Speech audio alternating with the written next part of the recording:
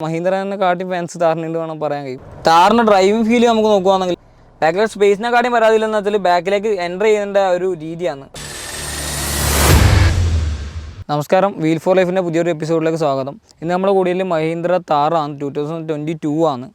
Panamaki Vishangalagaram, Madino Namaka Mahindra Thar Kursu Noka. And at the Patila Mahindra Thar launch in the Anotana attention click model on, like a capable model on. അപ്പോൾ പിന്നീട് face lift കാര്യങ്ങളൊന്നും വന്നിട്ടുണ്ടായില്ല. Major face lift കാര്യങ്ങളൊന്നും ഉണ്ടായില്ല. പിന്നെ 2020 ഈ Thar introduce ചെയ്യുന്നത്.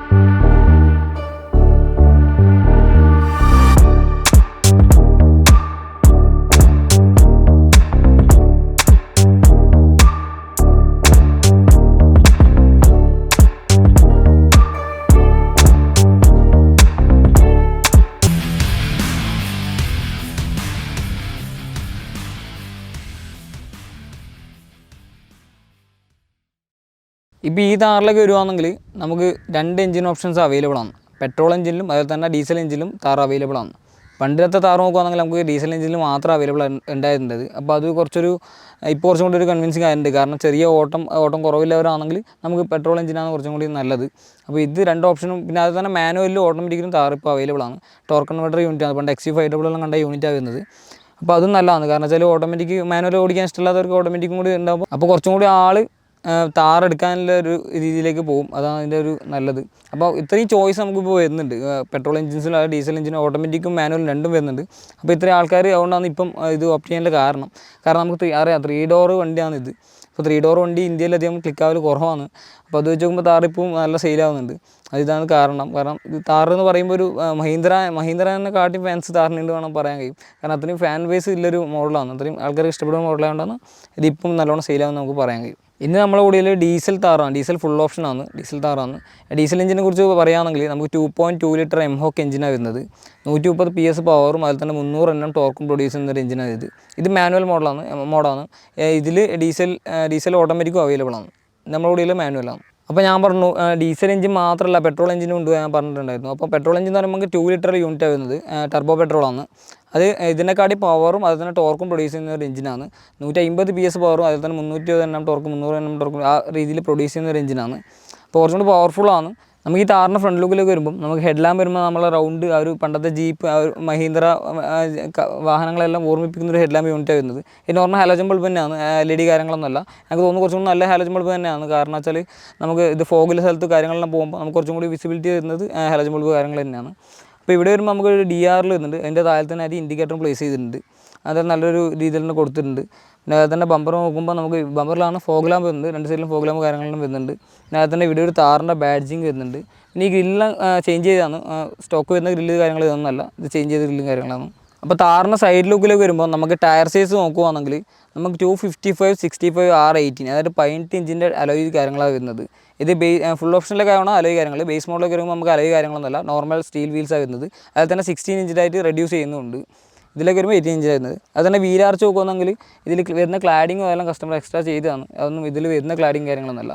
പിന്നെ അതിൽ തന്നെ ഇവിടെ ഒരു എംഹോക്കിൻ്റെ ഒരു ബാഡ്ജിങ് വരുന്നുണ്ട്. ഞാൻ പറഞ്ഞു ഡീസൽ എഞ്ചിന് എംഹോക്കിൻ്റെ ഒരു ബാഡ്ജിങ് വരുന്നുണ്ട്. 130 PHPൻ്റെ ഒരു 130ൻ്റെ ഒരു ബാഡ്ജിങ് വരുന്നുണ്ട്. പിന്നെ അതിൽ തന്നെ സൈഡിലും ഇത് റേഡിയോൻ്റെ ആൻറ്റിന കാര്യങ്ങളാണ്. പിന്നെ ഓവർവ്യൂമിൽ നമുക്ക് നോക്കുകയാണെങ്കിൽ അത്യാവശ്യം ഭയങ്കര ലാർജായിട്ടുള്ള ഒരു മിററാണ് വരുന്നത്. അതിൽ തന്നെ ഇതിൻ്റെ താറിൻ്റെ ഒരു ബാഡ്ജിങ്ങും കൊടുത്തിട്ടുണ്ട്. പിന്നെ ഡോറിൻ്റെ സ്റ്റൈൽ കാര്യങ്ങളൊക്കെ നമുക്ക് ഇത് ആ പണ്ടത്തെ ഒരു റെട്രോ സ്റ്റൈലിനെ കൊടുത്തിട്ടുണ്ട്. കാണുമ്പോൾ നല്ലൊരു യൂണിക്കായിട്ട് നല്ലൊരു ഭംഗിയുണ്ട് കാണുമ്പം. പിന്നെ അതിൽ തന്നെ ഫുഡ് സ്റ്റെപ്പ് ഇതിൽ വരുന്നുണ്ട്. ബേസ് മോഡൽ ഫുഡ് സ്റ്റെപ്പ് കാര്യങ്ങളൊന്നും വരുന്നില്ല. ഇതിൽ ഫുഡ് സ്റ്റെപ്പ് വരുന്നുണ്ട്. ശരിക്കും പറഞ്ഞാൽ ഫുഡ് സ്റ്റെപ്പ് കൊടുക്കണം. കാരണം വെച്ചാൽ ഇത് നല്ല ക്ലിയറൻസിലെ വണ്ടിയായതുകൊണ്ട് തന്നെ ഇതിൽ കയറാൻ കുറച്ച് ബുദ്ധിമുട്ടാണ്. അപ്പോൾ ഈ ഫുഡ് സ്റ്റെപ്പ് എന്തായാലും ആവശ്യമുള്ള കാര്യമാണ്. പിന്നെ ഡോർ ഹാൻഡ്സ് നോക്കുകയാണെങ്കിൽ നമുക്ക് ബ്ലാക്ക് ഔട്ട് ഇല്ലത്. അതിൽ തന്നെ ബാക്കിലത്തെ വിൻഡോ നമുക്കറിയാം ഇത് ഓപ്പൺ ചെയ്യാനും കാര്യങ്ങളൊന്നും ആവില്ല, ഇത് ഫിക്സ്ഡ് ആണ്. അപ്പോൾ ഇത് പ്രശ്നമൊന്നുമില്ല, കാരണം നല്ല ലാർജ് ഏരിയ ആയതുകൊണ്ട് നമുക്ക് ഉള്ളിൽ പെട്ടുപോയ ഒരവസ്ഥയൊന്നും എന്തായാലും തോന്നില്ല. അതിൽ തന്നെ റൂഫ് ബ്ലാക്കാണ് വരുന്നത്. പിന്നെ ഇത് കുറേ വിമർശനങ്ങൾ ഏറ്റുവാങ്ങി എന്ന് പറയാൻ പറ്റുന്ന സംഭവമാണ് ഇത്. ഇതിൻ്റെ ഫ്യൂൽ ക്യാപ്പ് ഓപ്പൺ ചെയ്യണമെങ്കിൽ കീ വേണം. അതിൻ്റെ കാരണം എന്ന് വെച്ചാൽ ഇതിൻ്റെ കൺവേർട്ടബിൾ, താറിൻ്റെ കൺവേർട്ടബിൾ മുകളിൽ വരുന്നുണ്ട്. അപ്പോൾ അത് പുറത്തുനിന്ന് തുറക്കാനുള്ള സെറ്റപ്പാണ്. അപ്പോൾ ഈസി ആയിട്ട് ആയിരിക്കും പുറത്തുനിന്ന് തുറത്ത് നോബ് ആണെങ്കിൽ ഇത് തുറന്നിട്ട് ഡീസൽ ഫ്യൂൽ എടുക്കാൻ കഴിയും. അപ്പോൾ അതുകൊണ്ടാണ് ഇത് വെച്ചത്, ഇത് ലോക്ക് വരുന്നത്. അതെന്തായാലും എനിക്ക് നല്ലതായിട്ടാണ് തോന്നിയത്. കുറേ വിമർശനങ്ങൾ ഞാൻ കണ്ടിട്ടുണ്ട് യൂട്യൂബിലും കാര്യങ്ങളിലും. എനിക്ക് എന്തായാലും പേഴ്സണലി ഞങ്ങൾക്ക് നല്ലതായിട്ടാണ് തോന്നിയത്. താറിൻ്റെ ബാക്ക് ലുക്കിലൊക്കെ വരുമ്പോൾ നമുക്ക് അത്യാവശ്യം മോൺസ്റ്റർ ലുക്കാന്ന് തന്നെ പറയാൻ കഴിയും. കാരണം വെച്ചാൽ ആ സ്റ്റെപ്പിന് വരുന്നുണ്ട്, ആ വലിയ സൈസിലെ സ്റ്റെപ്പിന് വരുന്നതുകൊണ്ട് തന്നെ പക്ഷേ ബാക്ക് കാണുമ്പോൾ നല്ലൊരു ലുക്ക് ഉണ്ട്. ടൈലാമ്പിൻ്റെ അത്യാവശ്യം നല്ല ലുക്കിലെ ടൈലാമ്പ് തന്നെ നമുക്ക് പറയാൻ കഴിയും. നല്ല വിസിബിലിറ്റിയിലെ ടൈലാമ്പും കൂടിയാണ്. അതിൽ തന്നെ താറിൻ്റെ ബാഡ്ജിങ് വരുന്നുണ്ട്. പിന്നെ തന്നെ ഈ ടൈലാമ്പ് അപ്ലിക്കും കാര്യങ്ങളും ഈ ബ്ലാക്ക് പിയാനോ ബ്ലാക്ക് എലമെൻ്റ് എല്ലാം എക്സ്ട്രാ രീതിയാണ്. അതിൻ്റെ ബ്ലാക്ക് കളറിലെ ബമ്പറും കാര്യങ്ങളും വരുന്നത്. അതിൽ തന്നെ റിഫ്ലക്ടറും കാര്യങ്ങളും കൊടുത്തിട്ടുണ്ട്. പിന്നെ അതിൽ തന്നെ റിവേഴ്സ് സെൻസർ ഇതിൽ വരുന്നുണ്ട്. റിവേഴ്സ് ക്യാമറ കാര്യങ്ങളൊന്നും ഇതിൽ വരുന്നില്ല. അതൊരു കുറവായിട്ട് തന്നെ പറയാൻ കഴിയും. കാരണം വെച്ചാൽ ഇത്ര സൈസില്ല വണ്ടിയാകുമ്പോൾ റിവേഴ്സ് ക്യാമറ എന്തായാലും കൊടുക്കുന്നതല്ലാന്ന്. കാരണം ബാക്ക് എടുക്കുമ്പോൾ ഏതായാലും റിവേഴ്സ് ക്യാമറ കാര്യങ്ങളും കൊടുക്കുന്നതാണ്. ഇപ്പോൾ ചെറിയ വണ്ടികൾക്ക് തന്നെ ഹാഷ് ബാക്ക് തന്നെ 360 ക്യാമറ വരുന്നൊരു കാലഘട്ടമാണ്. അപ്പോൾ ഇതിന് എന്തായാലും ഒരു റിവേഴ്സ് ക്യാമറ കൊടുക്കാമെന്ന് എനിക്ക് തോന്നി. അതിൽ തന്നെ നമുക്ക് ബാക്കിൽ ഡീഫോഗർ വരുന്നുണ്ട്, ഹൈ മൗണ്ടഡ് സ്റ്റോപ്പ് ലാമ്പ് വരുന്നുണ്ട്, ഡീഫോഗർ വരുന്നുണ്ട്, ബാക്ക് വൈപ്പർ വരുന്നില്ല, ഡീഫോഗർ മാത്രമേ വരുന്നുള്ളൂ. അതിൽ തന്നെ നമുക്ക് ബൂട്ട് സ്പേസിൻ്റെ കാര്യങ്ങൾ നോക്കുകയാണെങ്കിൽ ബൂട്ട് സ്പേസ് നേരത്തെ ഞാൻ പറഞ്ഞ പോലെ ഫ്യൂൽ ക്യാപ്പിൻ്റെ കാര്യം പറഞ്ഞാൽ അത്യാവശ്യം വിമർശനങ്ങൾ ഏറ്റുവാങ്ങിയ ഒരു സംഭവമാണ് ബൂട്ട് സ്പേസും. ഇതിൻ്റെ ഹാൻഡിൽ കാര്യങ്ങൾ എവിടെയാണ് വരുന്നത്. ബൂട്ട് സ്പേസ് എനിക്ക് തോന്നുന്നത് ഈ സൈസ് വെച്ച് നോക്കുമ്പോൾ അണ്ടർ 4 മീറ്റർ വണ്ടി വേണമെന്നാണ് ബൂട്ട് സ്പേസ് പറയുകയാണെന്ന് വെച്ചാൽ നമുക്കത് പ്രാക്ടിക്കൽ അല്ല. ഇത് ഓഫ് റോഡ് വെഹിക്കിളാണ്. അപ്പോൾ എനിക്കൊന്ന് ഈ ബൂട്ട് സ്പേസ് അത്യാവശ്യം ഇനിഫാന്നാണ് പോകുന്നത്. 4 ഇത് പോകാൻ പറ്റുന്നത് 4 സീറ്ററാണ്. അപ്പോൾ 4 വേണ്ട ലഗേജ് കാര്യങ്ങളും വെക്കാൻ പറ്റുന്ന നമുക്ക് പോകുന്നത്. പിന്നെ അത് തന്നെ നമുക്ക് സീറ്റ് സ്പ്ലിറ്റ് ചെയ്ത് രണ്ടാളെ ഇല്ലെങ്കിൽ നമുക്ക് സീറ്റ് സ്പ്ലിറ്റ് ചെയ്തിട്ട് ഇടാനുള്ള ഓപ്ഷൻ കൂടി വരുന്നുണ്ട്. അപ്പോൾ ബൂട്ട് സ്പേസ് ഇൻക്രീസ് ചെയ്യാനും പറ്റും. അതുപോലെ തന്നെ നമുക്ക് മഹീന്ദ്ര താറിൻ്റെ ഉള്ളിലേക്ക് വരുവാണെങ്കിൽ നമുക്ക് പറയാൻ കഴിയും പണ്ടത്തെ താറുമായിട്ടൊരു സാമ്യമില്ലാന്ന്. അതിപ്പോൾ പുറത്തത്തെ ലുക്ക് ആണെങ്കിൽ പണ്ടത്തെ താറുമായിട്ടൊരു കമ്പാരിസൺ ഇല്ല എന്ന് തന്നെ പറയാൻ കഴിയും. കാരണം എൻ്റയർലി ഡിഫറെൻ്റ് ആയൊരു ഒരു ഡാഷ്ബോർഡാണ് നമുക്ക് കാണാൻ പറ്റുന്നത്. ആ ഇൻഫോർടൈൻമെൻറ്റ് സിസ്റ്റത്തിൻ്റെ കാര്യമായാലും അതുതന്നെ ഡിജിറ്റൽ കൺസോളിൻ്റെ കാര്യമായാലും എല്ലാം എൻ്റയർലി ഡിഫറെൻ്റ് ആണ്.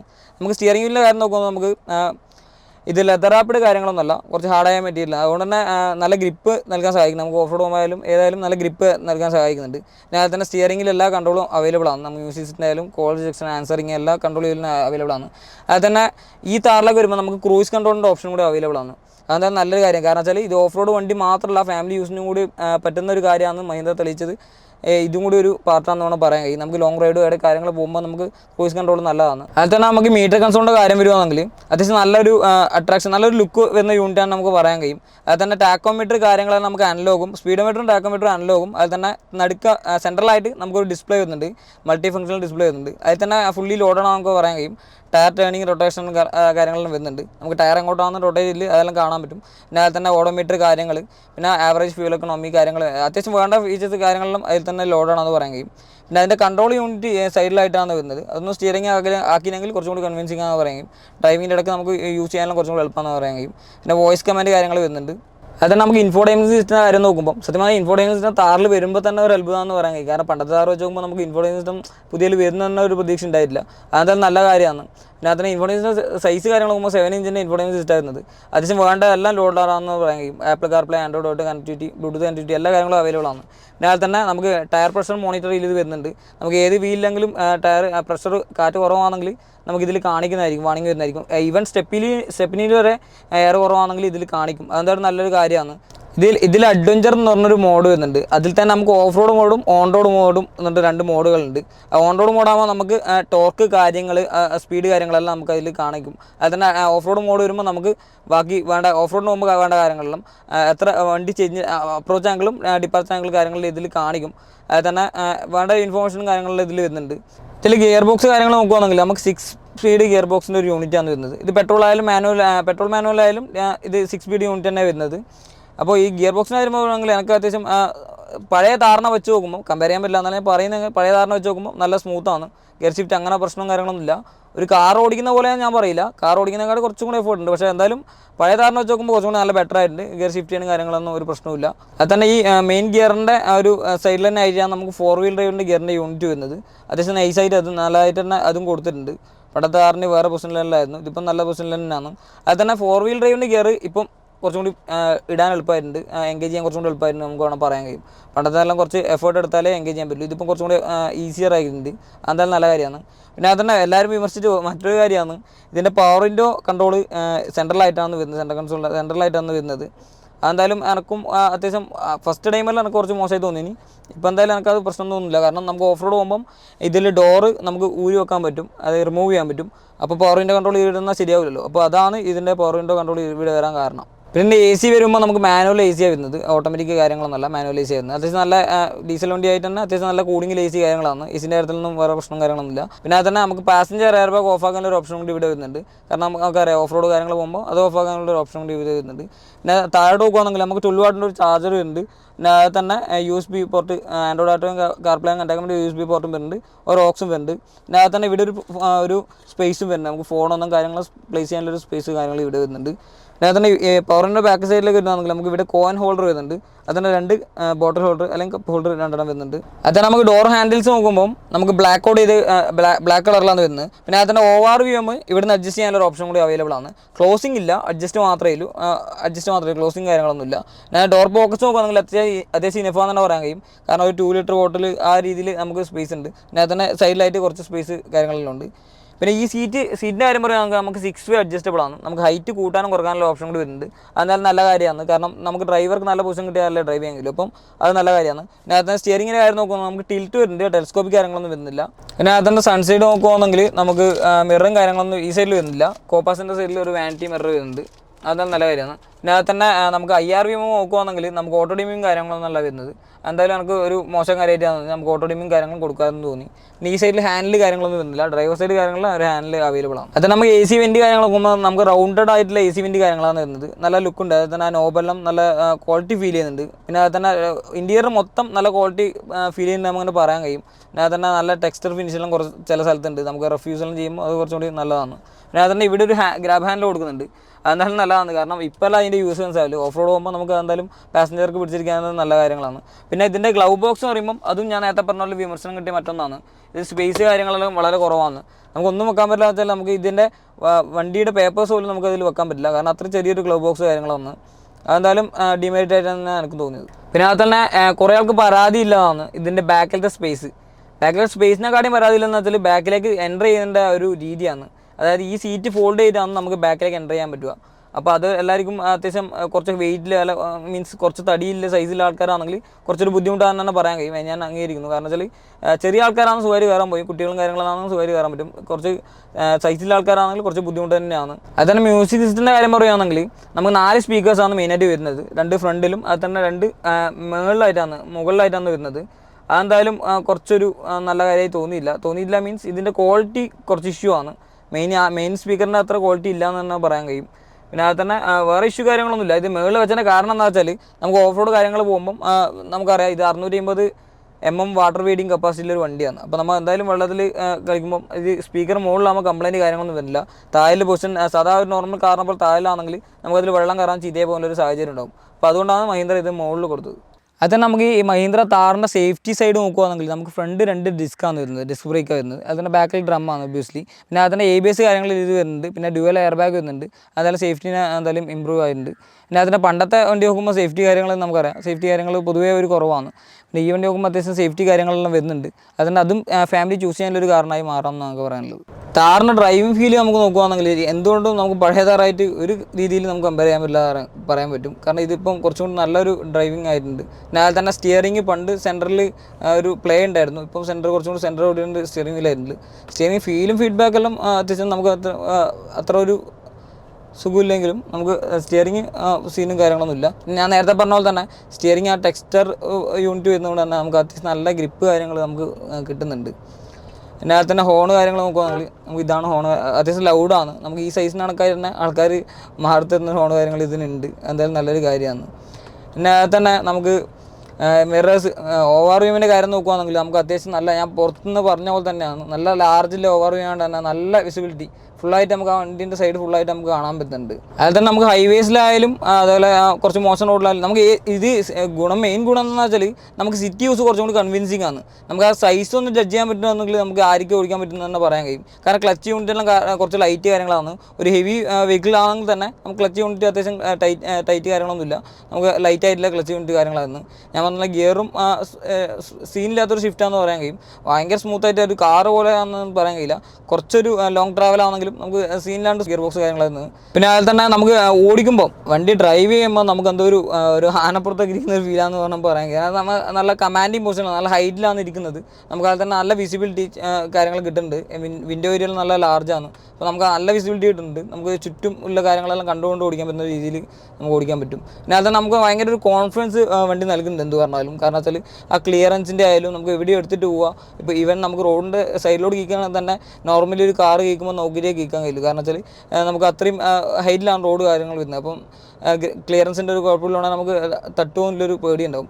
ഇതിപ്പോൾ അങ്ങനെ സീനൊന്നുമില്ല. നമുക്ക് എവിടെയും കോൺഫിഡൻസോടെ ഭയങ്കര കോൺഫിഡൻസ് ആയിട്ട് കീക്കാനും വരക്കാൻ പറ്റും. പിന്നെ അത് തന്നെ ഞാൻ പറഞ്ഞ പോലെ ഇത് എന്ത് വന്നാലും താറ് എന്ന് പറയുമ്പോൾ നമുക്ക് ഒരു ഓഫ് റോഡറാണ്.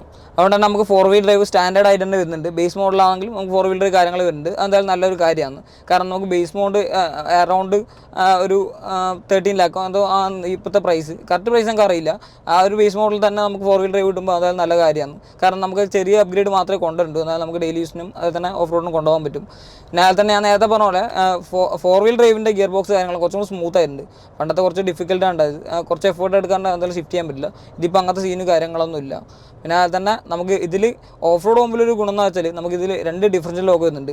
ഒന്ന് മെക്കാനിക്കൽ ഡിഫറൻഷ്യൽ ലോക്കും അത് തന്നെ ബ്രേക്ക് ഡിഫറൻഷ്യൽ ലോക്കും ഇതിൽ വരുന്നുണ്ട്. അതായത് നല്ല കാര്യമാണ്. നമുക്ക് എവിടെയെങ്കിലും എവിടെ നിന്നായാലും നമുക്ക് കയറി പോകാൻ പറ്റുന്നുള്ളൊരു കോൺഫിഡൻസ് നമുക്ക് കിട്ടും. പിന്നെ അത് തന്നെ ഒരു ഡീമെറിറ്റിൻ്റെ ഇത് ഞാൻ പറയുകയാണെങ്കിൽ നമുക്ക് ഇതിൻ്റെ ഫ്രണ്ട് റേഡിയേറ്ററിൻ്റെ പ്ലേസ്മെൻറ്റ് കുറച്ച് ലോവർ സൈഡാണ്. അപ്പോൾ അതെന്തായാലും എന്തെങ്കിലും തട്ടുന്ന തന്നെ അടിയിൽ ആ റേഡിയേറ്ററാണ് നമുക്ക് പോയി തട്ടുക. അപ്പം അത് ഒരു ഡിമെറിറ്റാണെന്ന് പറയാൻ കഴിയും. കാരണം അത് കുറച്ചും കൂടി ഹൈ ആണെങ്കിൽ ബാക്കി എല്ലാ ഹൗസിങ്ങും ഓൾറെഡി കുറച്ച് ഹൈയിലാണുള്ളത്. അപ്പോൾ അതുകൊണ്ട് കുറച്ച് ഹൈയിലാണെങ്കിൽ കുറച്ചും കൂടി നല്ല കൺവിൻസിങ് ആണെന്ന് എനിക്ക് തോന്നിപ്പോയി. പിന്നെ അത് തന്നെ ബാക്കിലത്തെ ഫ്യൂൽ ടാങ്ക് യൂണിറ്റ് കുറച്ചൊരു താഴെയായിട്ടാണ് ഉള്ളത്. അതുകൊണ്ട് കുറച്ച് ഹൈയിലാണെങ്കിൽ നമുക്ക് നല്ലതാണ്. കാരണം വെച്ചാൽ ഫ്യൂൽ ടാങ്ക് നമുക്കറിയാം, ഫ്യൂൽ ടാങ്കിൽ ഡാമേജ് വന്നാൽ നമുക്കത് ഒന്നും ചെയ്യാൻ പറ്റില്ല. പിന്നെ അത് ഭയങ്കര ബുദ്ധിമുട്ട് നൽകും. അതുകൊണ്ട് അത് കുറച്ചും കൂടി നമുക്ക് ഇതാക്കാമെന്ന് തോന്നി. പിന്നെ അതിന് മഹീന്ദ്രയിലൊക്കെ വരുവാണെങ്കിൽ നമുക്ക് താറിന് 3 ഇയർ സ്റ്റാൻഡേർഡ് വാറണ്ടി കൊടുക്കുന്നുണ്ട്. പിന്നെ അത് തന്നെ എക്സ്റ്റെൻഡ് ചെയ്യാനുള്ള ഓപ്ഷൻ നമുക്ക് അവൈലബിൾ ആണ്. 3 ഇയർ സ്റ്റാൻഡേർഡ് വാറണ്ടി പറയുമ്പോൾ നമുക്ക് അത്യാവശ്യം നല്ലൊരു വാറണ്ടിയാണെന്ന് തന്നെ പറയാൻ കഴിയും. പിന്നെ അത് തന്നെ സർവീസ് ഫീഡ്ബാക്ക് കാര്യങ്ങളെല്ലാം മറ്റുള്ള ചില പ്രമുഖ ബ്രാൻഡിനെ വെച്ച് നോക്കുമ്പോൾ കുറച്ചും കൂടി ബെറ്റർ ആണെന്ന് നമുക്ക് അറിയാൻ പറ്റും. പിന്നെ സർവീസ് കോസ്റ്റ് കാര്യങ്ങളൊന്നും അത്ര വരില്ല. നമുക്കറിയാം ഇത് ഇന്ത്യൻ ബ്രാൻഡാണ്. അപ്പോൾ അത്ര ഇതൊന്നും വരില്ല. അത് തന്നെ ഒരു ഡീമെറിറ്റ് ഞങ്ങൾക്ക് പറയാൻ കഴിയില്ല. കുറച്ച് എനിക്ക് പേഴ്സണലി തോന്നിയ കാര്യമാണ്. ഇതിൽ താറിൽ എല്ലാ സ്ഥലത്തും താറ് എന്നുള്ളൊരു ബാഡ്ജിങ് അത് തന്നെ താറിൻ്റെ പിക്ക് കാര്യങ്ങളെല്ലാം വരുന്നുണ്ട്. അപ്പോൾ എന്തായാലും എനിക്കതൊരു ബുദ്ധിമുട്ടായിട്ടാണ് തോന്നിയത്. കാരണം അത്രയും ഇത് എന്തായാലും ഓടിക്കുന്ന ആൾ താറില്ല ഓടിക്കുന്നത് നടക്കില്ല എന്നാണ് പറയാൻ കഴിയും. കാരണം വെച്ചാൽ എല്ലായിടത്തും താറ് ബാഡ്ജിങ് കാര്യങ്ങൾ വരുന്നുണ്ട്. ഞാൻ നേരത്തെ കാണിച്ചിട്ടില്ല ടെയിൽ ലാമ്പ് കാര്യങ്ങളും താറിൻ്റെ ബാഡ്ജിങ് വരുന്നുണ്ട്. എന്താ ഹെഡ്ലൈറ്റിൻ്റെ കാര്യം നോക്കുകയാണെങ്കിൽ ഹെഡ്ലൈറ്റ് നല്ല വിസിബിലിറ്റി ഉണ്ട്. നല്ല ഞാൻ നേരത്തെ പറഞ്ഞോളൂ ഹാലജൻ യൂണിറ്റ് തന്നെയാണ് എനിക്ക് പേഴ്സണലി ഹാലജൻ യൂണിറ്റ് തന്നെ കുറച്ചും കൂടി ഇഷ്ടം. കാരണം ഇത് ഓഫ് റോഡ് കൊണ്ട വണ്ടിയാണ്. അപ്പം എന്തായാലും ഓഫ് റോഡ് പോകുമ്പോഴെല്ലാം മിസ്റ്റ് കാര്യങ്ങൾ ഇത് എല്ലാം ഉണ്ടാവും, ഫോഗെല്ലാം ഉണ്ടാവും. അപ്പോൾ എനിക്കൊന്ന് ഇതിന് ഹാലജൻ ബൾബ് കാര്യങ്ങളുണ്ടായിരുന്നത് നല്ല ത്രോ ഉണ്ട്, നല്ല യൂണിറ്റ് തന്നെയാണെന്ന് നമുക്ക് പറയാൻ കഴിയും. പിന്നെ അതിൽ തന്നെ ഇതിൽ ഡോർ വാണിങ്ങും ഒരു താറിൽ ഒട്ടും നമ്മൾ പ്രതീക്ഷിക്കാത്ത കാര്യങ്ങളെല്ലാം ഇതിലുണ്ട്. ഞാൻ നേരത്തെ പറഞ്ഞ പോലെ തന്നെ കാരണം ഡോർ വാണിങ്ങും കാര്യങ്ങളും ഡോർ അജാർ വാണിങ്ങും കാര്യങ്ങളും വരുന്നുണ്ട്. പിന്നെ അതിൽ തന്നെ BS6-ൻ്റെ ഭാഗമായിട്ട് നമുക്ക് 18-ൽ ഒരു ബീപ്പും അതുപോലെ 120 കഴിഞ്ഞാൽ കണ്ടിന്യൂസ് ബീപ്പും അങ്ങനെ കാര്യങ്ങൾ സേഫ്റ്റി കൺസേൺ കാര്യങ്ങൾ ഇതിൽ വന്നിട്ടുണ്ട്. അതായത് നല്ല കാര്യമാണെന്ന് പറയാൻ കഴിയും നമുക്ക്. അതാണ് നമുക്ക് ഇതിൻ്റെ സസ്പെൻഷൻ റൈഡ് ക്വാളിറ്റി കാര്യങ്ങൾ നമുക്ക് പറയുകയാണെങ്കിൽ നമുക്ക് ഇതിൻ്റെ ഫ്രണ്ട് സസ്പെൻഷൻ ഇൻഡിപെൻഡൻറ്റ് സസ്പെൻഷൻ ആയിരുന്നു. അത്യാവശ്യം നമുക്ക് കുറച്ചൊരു റെഫ്യൂസ് കാര്യങ്ങളെല്ലാം ചെയ്യാൻ പറ്റിയൊരു സസ്പെൻഷൻ വേണം പറയാൻ കഴിയും. പിന്നെ അതിൻ്റെ ബാക്കിൽ വരുമ്പോൾ നമുക്ക് പണ്ടത്തെ താറിൽ വെച്ച് നോക്കുമ്പോൾ നമുക്ക് ലീഫ് സസ്പെൻഷൻ യൂണിറ്റ് കണ്ടേനി. ഇപ്പോഴത്തെ നമുക്ക് നോക്കുമ്പോൾ മൾട്ടി ലിങ്ക് സസ്പെൻഷനാണ് വരുന്നത്. അതുകൊണ്ട് തന്നെ നമുക്ക് റൈഡ് കുറച്ചും കൂടി ഒരു സോഫ്റ്റ് സൈഡായിട്ടുണ്ട്. ഇപ്പം ഞാൻ പറയുന്ന കാരണം വെച്ചാൽ നമുക്ക് ബാക്കിലിരിക്കുമ്പം നമുക്ക് കുറച്ചും കൂടി ഒരു സോഫ്റ്റ് റൈഡാണ് കിട്ടുന്നത്. പണ്ടാണെങ്കിൽ നമുക്കൊരു വല്ലാത്തൊരു പ്രശ്നമാണ്, പ്രത്യേകിച്ച് ലേഡീസിന് കാര്യങ്ങളും കുറച്ചും കൂടി പ്രശ്നം വരുന്ന ഒരു ഇതാണ്ടത്. ഇപ്പം കുറച്ചും കൂടി ഒരു കംഫിയാണ്. ഞാൻ പറയുന്നത് വെച്ചാൽ നമ്മൾ നോർമൽ ഒരു SUV അത്ര കംഫർട്ട് എന്തായാലും കിട്ടില്ല. കാരണം നമുക്കറിയാം ഇത് എൻ്റയർലി ഡിഫറെൻ്റ് ആയൊരു കാറ്റഗറിയാണെന്ന് പറയാൻ കഴിയും. അപ്പോൾ നോർമൽ SUV കംഫർട്ട് ഉണ്ട് എന്നല്ല പറഞ്ഞത്. പണ്ടത്തെ താറ് വെച്ച് നോക്കുമ്പം നല്ലൊരു കംഫർട്ട് ആയിരുന്നു എന്നാണ് പറയാൻ കഴിയുന്നത്. കാരണം മഹീന്ദ്ര താറ് എന്ന് പറയുമ്പം ഇത് ഫാമിലി ഓറിയൻറ്റഡും കൂടെ ആയിട്ടാണ് ഇറക്കിയത്. അപ്പം അതിൻ്റെ ഒരു ഗുണം എന്തായാലും കാണുന്നുണ്ട്, കുറച്ചും കൂടി കംഫർട്ട് ആയിട്ടുണ്ട്. പിന്നെ പണ്ടത്തെ താറിന് വെച്ച് നോക്കുമ്പോൾ സൈഡ് ബെഞ്ച് സീറ്റാണ് വരുന്നത്, 2 സീറ്റാണ് വരുന്നത്, അത് നല്ല കംഫി ആയിട്ടുണ്ട്. റെയർ AC വെൻ്റ് ഇല്ല എന്ന് പലരും കംപ്ലയിൻറ്റ് പറയുന്നത് കേട്ടു. പക്ഷേ അതെനിക്കൊരു കംപ്ലയിൻ്റ് ആയിട്ടൊന്നും തോന്നിയില്ല. കാരണം വെച്ചാൽ ഈ ഫ്രണ്ടിലത്തെ AC തന്നെ അത്യാവശ്യം പവർഫുള്ളാണ്. അപ്പോൾ അതന്നെ ഇനഫാന്ന് തന്നെ പറയാൻ കഴിയും. അപ്പോൾ വേറെ സീന് കാര്യമൊന്നുമില്ല. ഞാൻ പറഞ്ഞ പോലെ സസ്പെൻഷൻ മാറിയെങ്കിലും നമുക്ക് എന്തായാലും ഒരു ബൗൺസി റൈഡ് തന്നെയാണ്. കുറച്ചൊരു മോശമായ റോഡെല്ലാം പോകുന്നെങ്കിൽ ഒരു ബൗൺസി റൈഡിനാണ് എന്തായാലും വരുന്നത്. അപ്പം അത് കംഫർട്ടിനെ ബാധിക്കുമെന്ന് വെച്ചാൽ ബാധിക്കും തന്നെ പറയാൻ കഴിയും. പക്ഷേ ഞാൻ പറഞ്ഞ പോലെ പണ്ടത്തെ താറ് വെച്ച് നോക്കുമ്പോൾ നല്ല ഇമ്പ്രൂവ് ആയിട്ടുണ്ടെന്ന് പറയാം. കംഫർട്ട് സൈഡ് നല്ല ഇമ്പ്രൂവ് ആയിട്ടുണ്ട്. ഞാൻ പറഞ്ഞ പോലെ തന്നെ ഇതിപ്പോൾ പഴയ താറിനെ വെച്ച് നോക്കുമ്പോൾ, ഞാൻ ഇത് പഴയ താറ് വരുന്നത് നമുക്ക് ഇതിനെ കമ്പയർ ചെയ്യാൻ പറ്റിയൊരു പഴയ താറ് മാത്രമേ ഉള്ളൂ. കാരണം നമുക്ക് വേറെ സെഗ്മെൻറ്റിൽ വേറെ വണ്ടിയൊന്നും നമുക്ക് കമ്പയർ ചെയ്യുന്നതിനേക്കാൾ നല്ലത് നമുക്ക് ഇതിൻ്റെ തന്നെ ഓൾഡർ ജെൻ ആകുമ്പോൾ നമുക്ക് കുറച്ചും കൂടി ഈസിയാണ്. കാരണം എത്രത്തോളം ഇമ്പ്രൂവ് ആയി നമുക്ക് മനസ്സിലാകാൻ പറ്റും. അതുകൊണ്ടാണ് ഞാൻ പഴയ താറിനെ പറയുന്നത്. ഇത് പഴയ താറ് വെച്ച് നോക്കുമ്പോൾ നമുക്ക് ഗിയർ ഷിഫ്റ്റിംഗ് കാര്യങ്ങളും സ്മൂത്ത് ആയിട്ടുണ്ട്. എന്നാലും നിങ്ങൾക്ക് അത്ര എഫോർട്ട് എടുക്കാൻ താല്പര്യമില്ല, അല്ലെങ്കിൽ അങ്ങനെ ആണെങ്കിൽ നിങ്ങൾക്ക് ഓട്ടോമാറ്റിക് ചൂസ് ചെയ്യാൻ തരുന്നത്. നമുക്ക് ടോർക്ക് കൺവേർട്ടർ യൂണിറ്റ് ആണ് വരുന്നത്. നമ്മളെ സെയിം XUV 500 എല്ലാം പണ്ട് കണ്ട ഒരു ഓട്ടോമാറ്റിക് ഗിയർ ബോക്സ് ആ യൂണിറ്റ് തന്നെ ഇതിലും വരുന്നത്. അത്യാവശ്യം സ്മൂത്ത് സ്വിഫ്റ്റ് കാര്യങ്ങളെല്ലാം ആണ്. ഭയങ്കര ഒരു ഡുവൽ ക്ലച്ചിൻ്റെ ഒരു സ്പീഡ് കാര്യങ്ങളൊന്നും ഇല്ല. പക്ഷേ എന്നാലും നമുക്ക് ഭയങ്കര റീഫൈൻഡ് ആണ്, നല്ല സ്മൂത്ത് കാര്യങ്ങളില്ല ഗിയർ ബോക്സിൻ്റെ വരുന്നത്. അപ്പോൾ ലേഡീസിനായാലും നമുക്ക് അത് ചൂസ് ചെയ്യുവാണെങ്കിൽ അതാണ് ഞാൻ പറഞ്ഞത്. കാരണം വെച്ചാൽ പെട്രോൾ എഞ്ചിനും ഡീസൽ എഞ്ചിനും അവൈലബിൾ ആണ്. അത് തന്നെ ഓട്ടോമാറ്റിക് മാനുവലും അവൈലബിൾ ആണെന്ന് പറയുമ്പോൾ നമുക്ക് ഏത് ഇറക്കാർക്കും നമുക്ക് പെട്ടെന്ന് ചൂസ് ചെയ്യാം. കാരണം വെച്ചാൽ ഒരു താർ ഇഷ്ടപ്പെട്ട ഒരാൾ ഇത് ഓട്ടോമാറ്റിക് ഇല്ലാണ്ട് എടുക്കാൻ പറ്റുന്നില്ല എന്നൊരു സിറ്റുവേഷൻ, അങ്ങനെ ഒരു സിറ്റുവേഷൻ ഇപ്പോൾ ഇല്ല. കാരണം വെച്ചാൽ ഏത് വേരിയൻറ്റും അവൈലബിൾ ആണ്, നമുക്ക് ഏതും ചൂസ് ചെയ്യാൻ, നമ്മളെ ഇഷ്ടം ചൂസ് ചെയ്യാനുള്ള ഒരു ഓപ്ഷൻ കൂടി ഇതിൽ അവൈലബിൾ ആണ്. അപ്പോൾ ഇതിൻ്റെ ഒരു കൺക്ലൂഷൻ, ഈ വീഡിയോൻ്റെ കൺക്ലൂഷനിലേക്ക് പോകുകയാണെങ്കിൽ എനിക്ക് പറയാനുള്ളത്, ഇതിപ്പം ഇതിൻ്റെ ഓൺ റോഡ് പ്രൈസ് പറയുമ്പോൾ നമുക്ക് 17 പോയിൻറ്റ് സംതിങ് ആണ് വരുന്നത്. ഞാൻ കറക്റ്റ് പറയാത്ത കാരണം നിങ്ങൾക്ക് എൻ്റെ ഡിഫറൻറ്റ് ആയിരിക്കും, പ്ലേസിനൊക്കെ ഡിഫറൻറ്റ് ആയിരിക്കും പ്രൈസിങ്ങിൽ. ഇതിൻ്റെ ഡീസൽ മാനുവൽ ഫുൾ ഓപ്ഷൻ്റെ ഒരു പ്രൈസിങ് വരുമ്പോൾ 17 സംതിങ് ആ റേഞ്ചാണ് വരുന്നത്. നിങ്ങൾ ഡീസൽ ഓട്ടോമാറ്റിക് നോക്കുകയാണെങ്കിൽ നമുക്ക് 19 സംതിങ് ആ റേഞ്ച് വരും. അപ്പോൾ നിങ്ങൾ അണ്ടർ 20 ലാഖിലൊരു വെഹിക്കിൾ, അതായത് ഒരു SUV നോക്കുകയാണെങ്കിൽ നിങ്ങൾക്ക് ഒരു ഫാമിലി ഓറിയൻറ്റഡ് പേഴ്സൺ, അല്ലെങ്കിൽ ഒരു ഫാമിലി യൂസ് കൂടുതലുള്ള ആൾക്കാരാണെങ്കിൽ നിങ്ങൾക്ക് പല SUVകളും ഇന്ത്യൻ മാർക്കറ്റിൽ ഇന്ന് അവൈലബിൾ ആണ്. അപ്പോൾ നിങ്ങൾക്ക് അതിലേതെങ്കിലും ചൂസ് ചെയ്യാം. ഇനിയിപ്പോൾ അങ്ങനെയല്ല, നിങ്ങളൊരു റിയൽ SUV ആണ് നോക്കുന്നതെങ്കിൽ, അതായത് SUVൻ്റെ സ്പോർട്സ് യൂട്ടിലിറ്റി വെഹിക്കിൾ എന്നാണ് SUV പറഞ്ഞാൽ, അപ്പോൾ അതിൻ്റെ ഒരു ഫുൾ പൊട്ടൻഷ്യൽ അല്ലെങ്കിൽ ഫുൾ ഒരു കേപ്പബിലിറ്റീസ് നോക്കുന്നതാണെങ്കിൽ നിങ്ങൾക്ക് താർ ചൂസ് ചെയ്യാം. താർ നല്ലൊരു ഓപ്ഷനാണ്. വേറെ വണ്ടികളുണ്ട്, താർ നല്ലൊരു ഓപ്ഷനാണെന്ന് നമുക്ക് പറയാൻ കഴിയും. കാരണം വെച്ചാൽ നമുക്ക് ഏത് തരത്തിലും ഏത് റോഡ് കാര്യങ്ങളായാലും അനായാസം ഡ്രൈവ് ചെയ്യാൻ പറ്റുന്ന ഒരു വാഹനമാണ്. പിന്നെ അത് തന്നെ നമുക്ക് ഫാമിലി യൂസ് ആണെങ്കിലും, ചെറിയൊരു ഫാമിലി ആണെങ്കിൽ നമുക്ക് അത്ര പ്രശ്നം കാര്യങ്ങളൊന്നുമില്ല. കാരണം കുട്ടികൾക്കെല്ലാം ഈസി ആയിട്ട് ബാക്കിലോട്ട് എൻ്റർ ചെയ്യാൻ പറ്റുന്നതേ ഇല്ലൂ. അപ്പോൾ ചെറിയ ഫാമിലി ആണെങ്കിൽ നമുക്ക് സുഖമായിട്ട് പോകാനും കാര്യങ്ങളും വരുന്നുണ്ട്. അപ്പം ബാക്കിയെല്ലാം നിങ്ങളുടെ ചോയ്സാണ്. അപ്പോൾ ഇതാണ് വീൽസ് ഫോർ എഫിൻ്റെ ഒരു കൺക്ലൂഷൻ എന്ന് പറയുന്നത്. അപ്പോൾ വീൽസ് ഫോർ എഫിൻ്റെ ഈ എപ്പിസോഡ് ഇവിടെ അവസാനിക്കുന്നു. Thank you.